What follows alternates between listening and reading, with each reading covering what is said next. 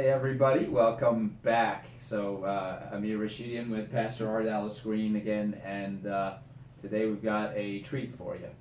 And it's really a topic that is so debilitating in all of society and the community, and it's obesity and type 2 diabetes. I was reading last week that 30 million people have type 2 diabetes, and another 80 some million are pre-diabetics, which is about a third of the entire United States population. Yes. And they were saying that a lot of those people are 10-year-old children and teenagers even, and this is supposed to be an old age disease. So what's going on? So sticking with tradition, we're going to go to the Word first and read a little there, and then we'll discuss this a little more. Hopefully we're going to leave you with some practical things that you can do on your own to prevent this disease. So we're going to go back to the Old Testament, to the story of Eli and his sons Hophni and Phinehas. It says that, this is 1 Samuel chapter 2 and verse 12, that Eli's sons were wicked men, and they had no regard for the Lord. So it sounds kind of ominous there, beginning, Dr. Amir, of like, that something bad is brewing. These guys are up to no good. Right. And they have no regard for God. Now, it was the practice of the priests with the people that whenever anyone offered a sacrifice, and while the meal was being boiled, the servant of the priest would come with a 3-pronged fork in his hand. So, as you know, the sacrifices were being made, and the fat was a sweet-smelling aroma to the Lord.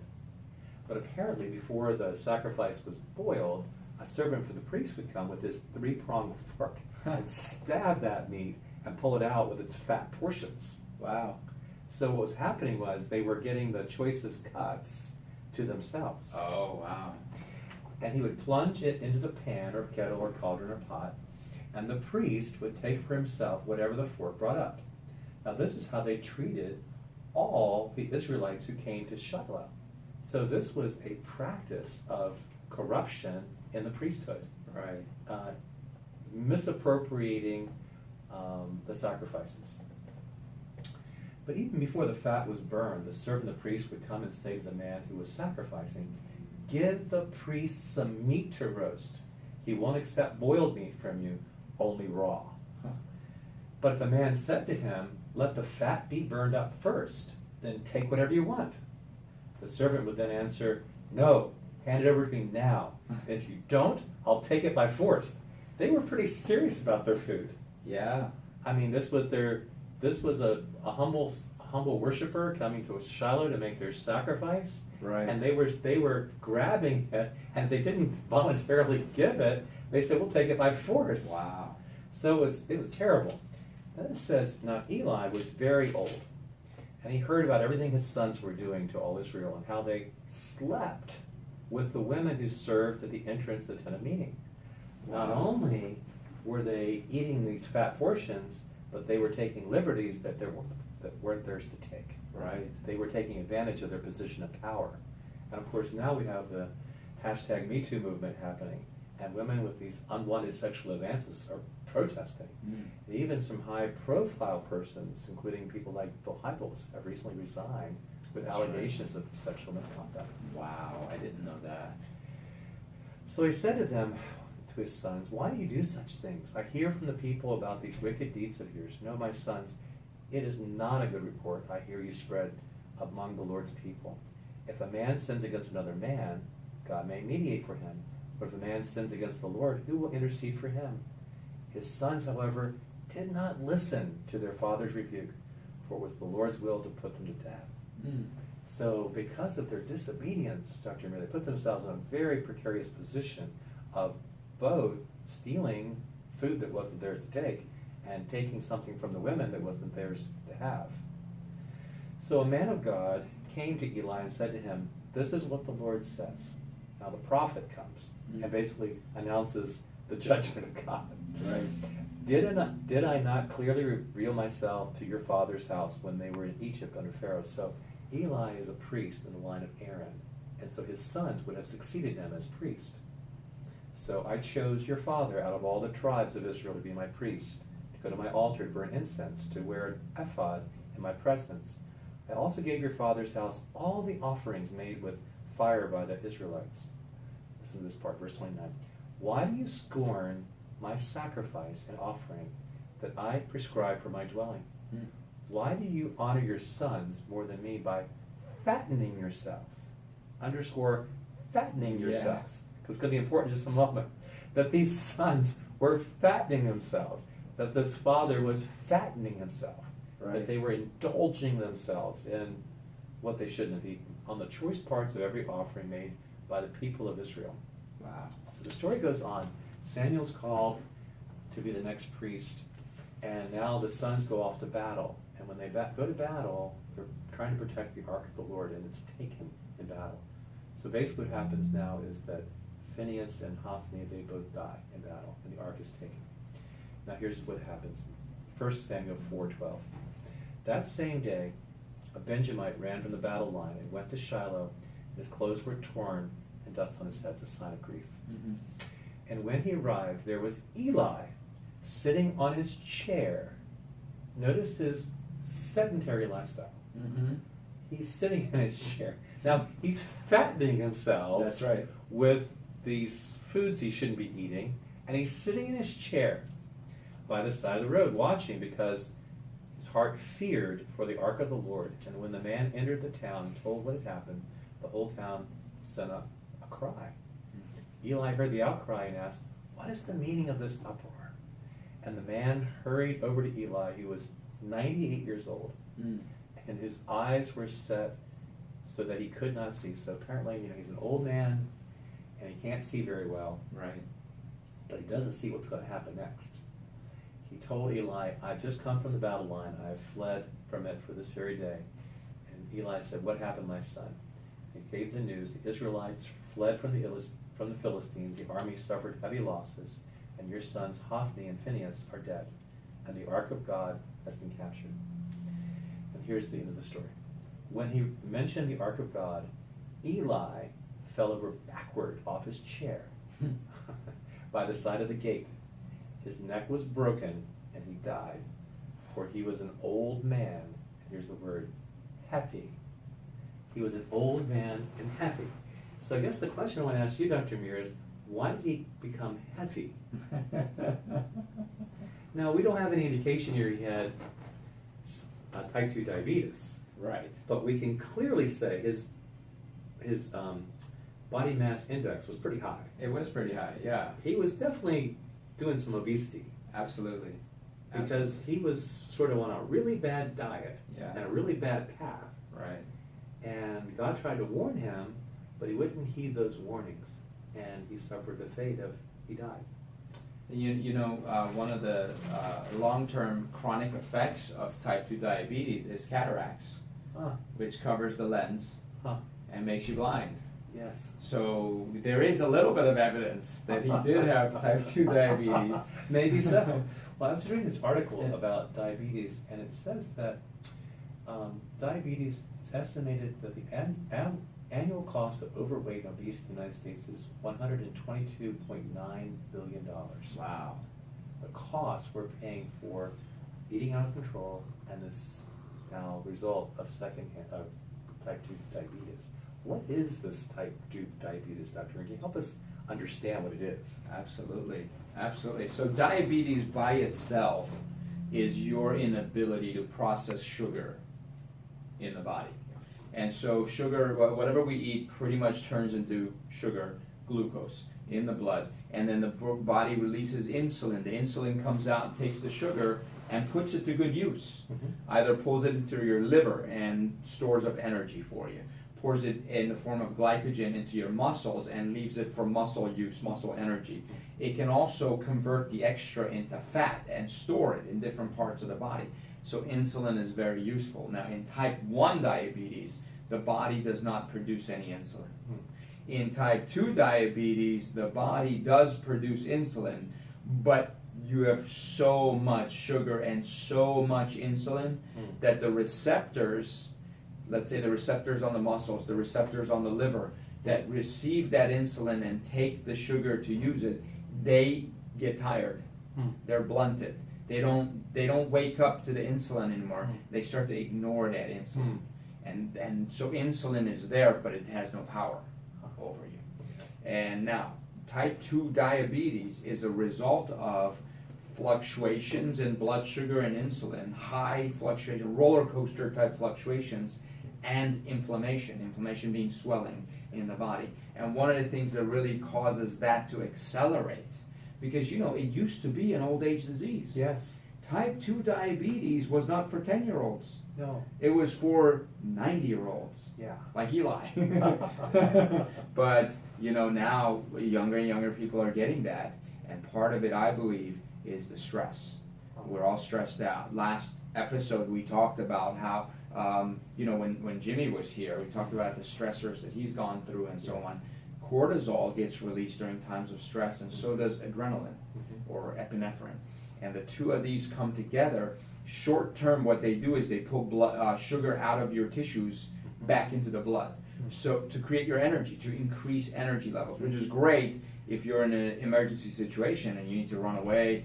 And however, when you're a high stress person and you constantly worry about everything that probably won't happen and everything that probably couldn't even happen, and you're in a bad situation, not only that, your relationships aren't good and you're constantly yelling at your kids and your spouse. And not only that, when you drive down the highway, everybody who cuts you off, you're angry with them. You're in a constant state of high cortisol and high adrenaline. And so even though you're not eating sugar, your blood sugar is high. Constantly. And your body's very inflamed because you're not processing things properly. Because when you're in that state of fight or flight, rest and repair does not take place. Inflammation doesn't come down, it just accumulates. Yeah. So now you've got the recipe for disaster. And those are the people who say, well, I don't eat a lot of sugar, and I don't eat cake, and I don't eat pie, and I don't eat ice cream. But I was just diagnosed as pre-diabetic, and the doctor says unless I change my lifestyle, I'm gonna be a diabetic, and the doctor doesn't believe me that I don't eat a lot of sugar. Well, yes. What Eli did, absolutely. Anytime we're overeating, we're creating high cortisol in the body as it is. Big meals, they're not good for us. In fact, they lower testosterone levels and they increase estrogen in the body. Estrogen increases both in men and women when they overeat. Large meals are very, very unhealthy. What does estrogen do? It increases body fat. So even if you eat healthy food but you overeat, it's going to turn into bad things. There's a lot of people who say fat doesn't make you fat, which I agree with, right? Just having fat in your diet doesn't make you fat. But overeating anything will guarantee to make you fat. Yes. And you combine that with the high cortisol levels and the stress, you're going to get type 2 diabetes. My son, Chris, is an emergency room doctor. That's right. So I asked him about type 2 diabetes this morning as we were speaking on the phone. He said, Dad, I think about half the patients I see have type 2 diabetes and obesity. So he says to them, he says, tell me how you're eating. And he says, isn't it funny that everybody in Alabama eats all vegetables? Yeah. And he says, my diet consists mainly of vegetables. And then he inquires further. He says, what did you have yesterday? And they say, well, I had grits. I had fried chicken. I had some pizza. He said, but those aren't vegetables. So he thinks that what's happening is we're actually living differently than we think we're living. We think we're living a healthy lifestyle when we're putting all these things into our body that our body can't process. Yeah. And now it turns into fat and obesity. Exactly. Exactly. He says, I said, what do you see, Chris, of patients with type 2 diabetes? He says, well, Dad, they all are thirsty and they all pee a lot. That's right. Yeah. And they pee clear. Yeah. Typically when you're thirsty, you pee kind of yellow. Right. But this is a clear kind of yellow. Yeah. Because there's dysfunction going on in the body. Yeah, their kidneys are overloaded. Yeah. We call that polydipsia and polyuria. So yeah, and the reason for that is because high levels of sugar in the blood, the kidneys have to filter things, right? They constantly, and it wears them out. It's too much for them to handle with all that sugar in the blood system. Huh. So the kidneys start letting out a lot of water.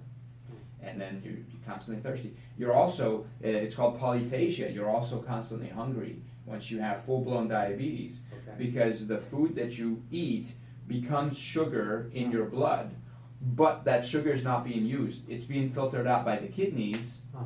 but it's not being used by your body. So you would think I ate this food, it's going to become nourishment and it's going to satisfy my body. It doesn't. It gets filtered out of you and goes out, Huh. and you're constantly staying hungry.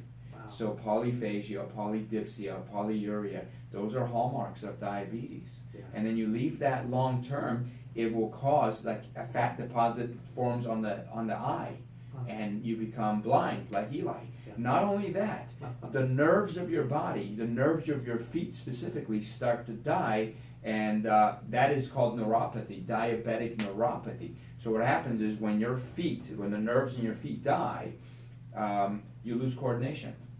And you have more of a tendency to fall backwards on your chair and break your neck, which is Eli. So again, now we have two evidences that say he did have diabetes, because he just fell over. And if he was coordinated, he might have leaned back in disbelief, or he was upset about the news that his son's just passed away, and he was leaning back, but he didn't have the coordination to keep himself upright, probably because he had neuropathy. And that neuropathy, the other part of it is, it will reduce healing processes in the body. So these people who have neuropathy because of diabetes, they get ulcers in their feet. They get little scratches and cuts, but they don't feel them because the nerve doesn't tell them that something just happened to your toe. And so it gets infected, and they still don't feel it. And because there's not enough nerve supply, your immune system doesn't get attracted to that area to clean that out. And it becomes gangrene. They have to start losing their toes and losing their feet and so on. I mean, it is an awful, awful thing. And to think a third of Americans are dealing with it or about to deal with it, and the cost that it's putting on the rest of us. So it's our sixth leading cause of death in Yeah. America. Obesity and type 2 diabetes. Right. So it's a big problem. Huge. Is there anything we can do to reverse it or Yes. to change it? Absolutely. Talk us about some hope. We want to make a change, Dr. We don't want to be obese anymore. We don't want to have this diabetes haunting us. Yes. Well, I'll tell you a secret. The secret is, and this I think is good news, is that the best way to prevent, or how you would prevent type 2 diabetes, is the same exact thing you have to do to prevent heart disease. And it's the same exact thing you have to do to prevent cancer, which are the other two, top leading causes of death, stroke and heart disease and cancer. And so here it is. It's lifestyle. We need to live a healthy lifestyle, which means approaching it from the three dimensions of mental, emotional, spiritual. Yeah. Second dimension being physical. Third dimension being biochemical. So now the mental part is you fill your mind with good things and you eliminate toxic thoughts. The physical part is you exercise properly. Exercise increases your insulin receptor sensitivity.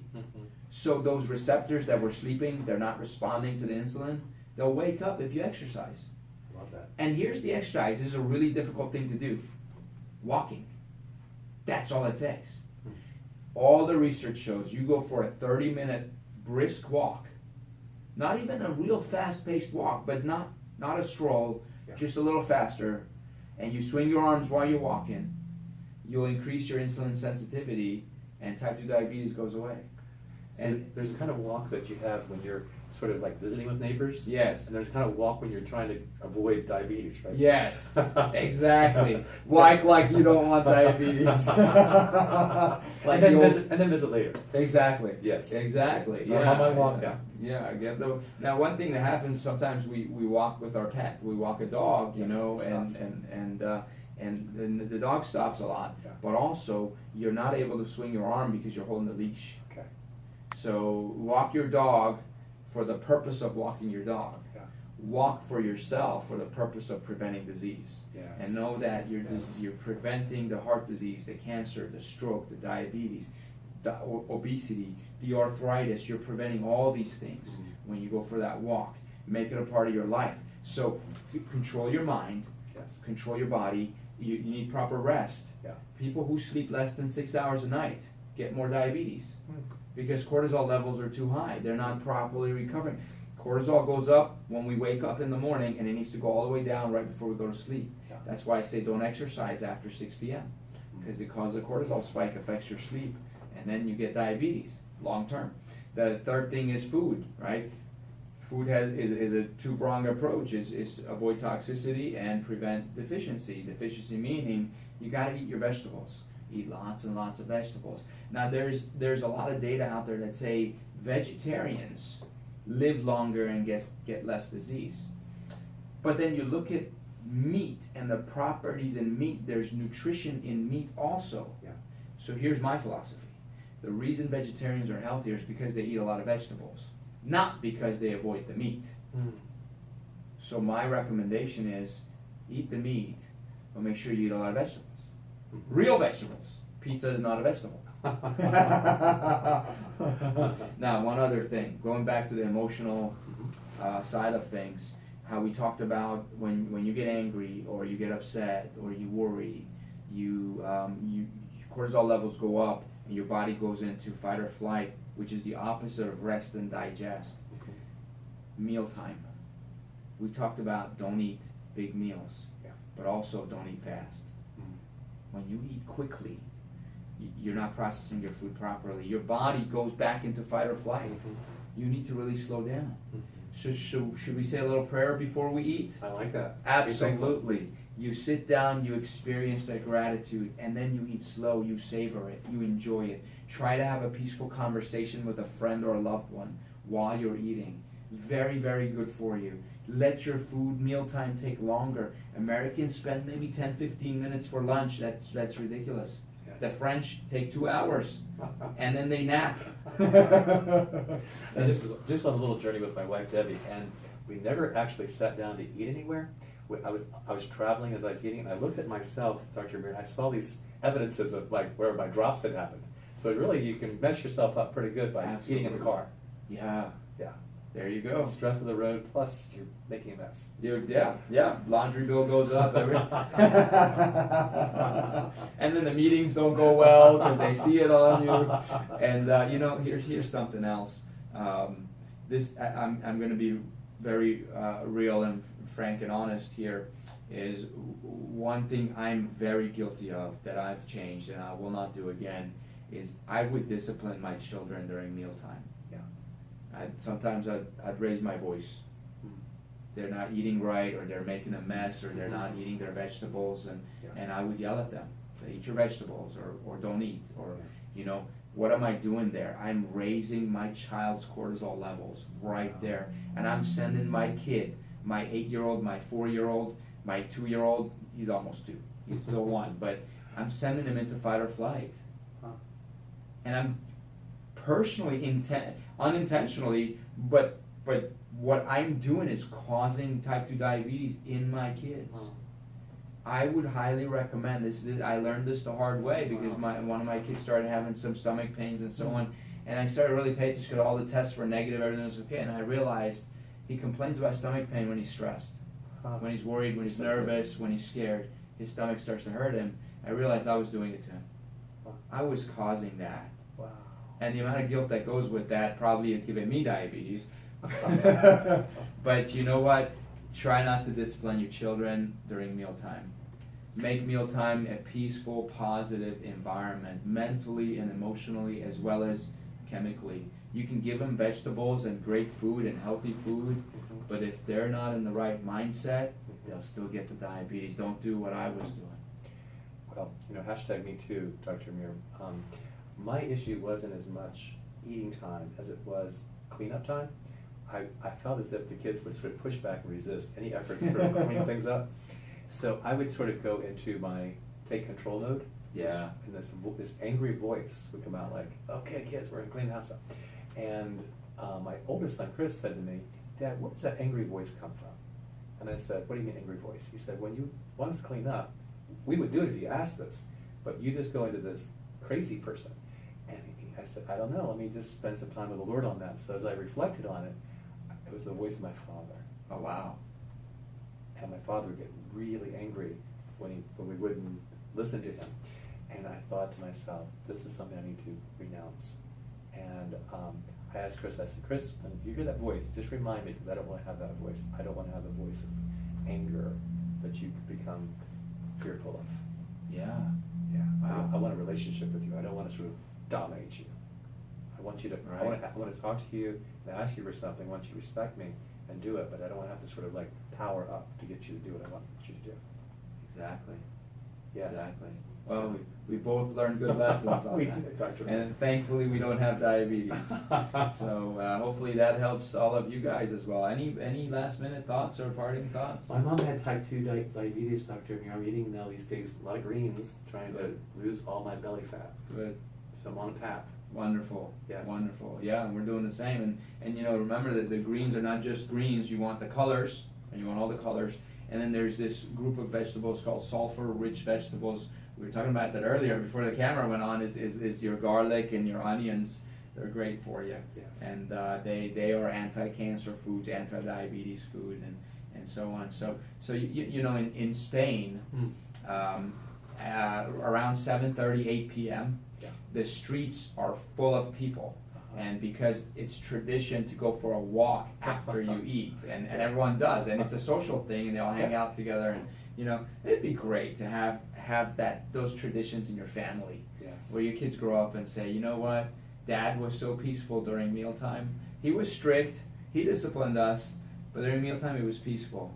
And afterwards, he wanted our family to just go for a walk and really enjoy our time. I love that.